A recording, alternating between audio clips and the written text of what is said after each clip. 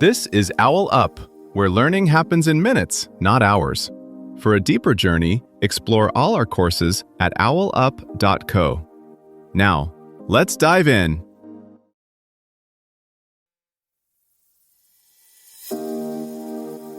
Welcome back to Chapter 3 of our series, Mastering Cognitive Biases for Better Decisions.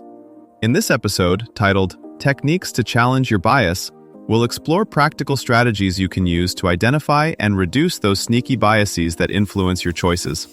So, whether you're looking to make better decisions at work or in your personal life, let's dive in. You'll make tens of thousands of choices today, and most will feel completely rational. Here's the twist.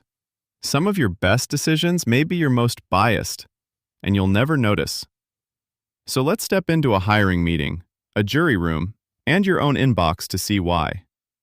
That quiet gut feeling you trust so often? It's not just instinct.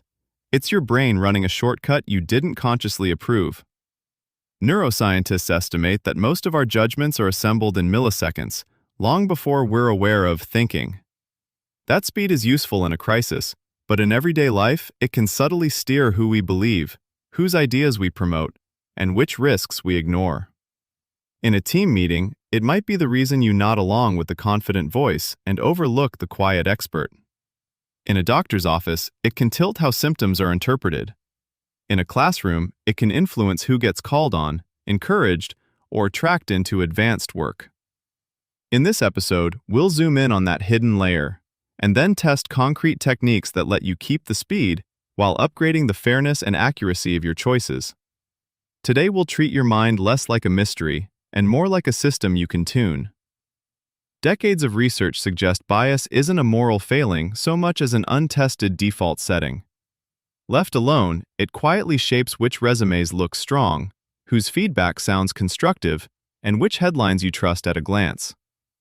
But there's good news. Specific, trainable habits can interrupt those patterns.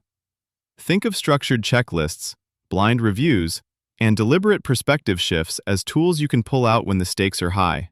Hiring, grading, diagnosis, investment. So your snap impressions don't get the final word. Think of this section as a tour of 4 intervention points, where you can actually steer those fast judgments, instead of just hoping they behave. First stop. Perspective taking.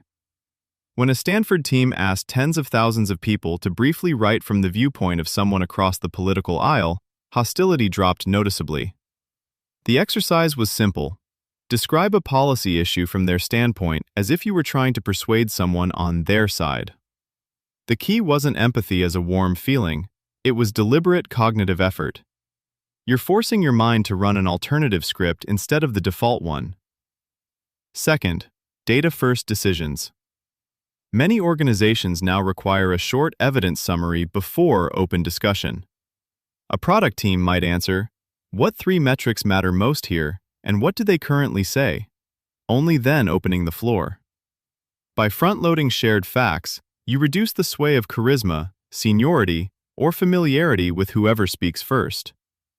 Some teams go further and have everyone independently score options using the same criteria, then compare scores rather than vibes. Third, blind evaluation. Orchestras that auditioned musicians behind a screen suddenly discovered more women worth advancing. The players hadn't changed, the process had. You can borrow this logic almost anywhere.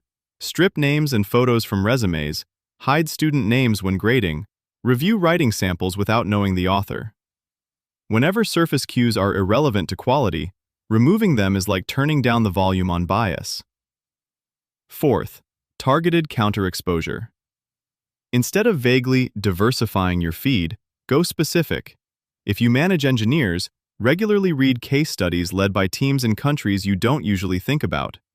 If you're a clinician, study exemplars of patients who don't fit typical profiles but had crucial diagnoses. The research here is clear.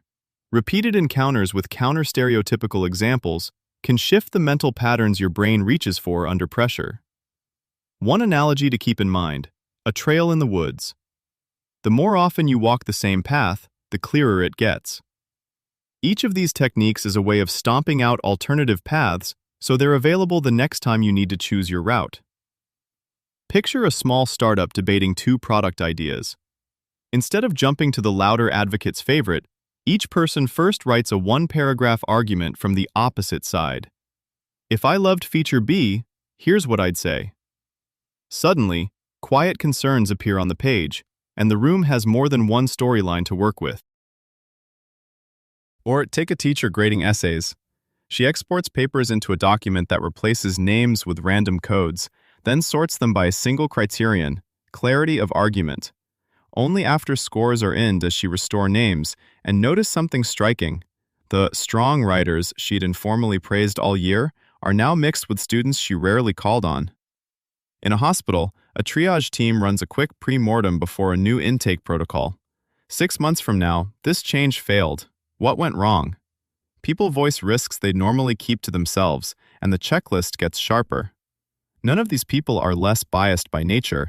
They've just built small, deliberate speed bumps into situations where their first impressions used to drive the whole story. Bias work is moving from nice to have to a core competence. As teams document how they challenge their own defaults, those records may become as routine as financial audits, evidence that choices weren't left to habit.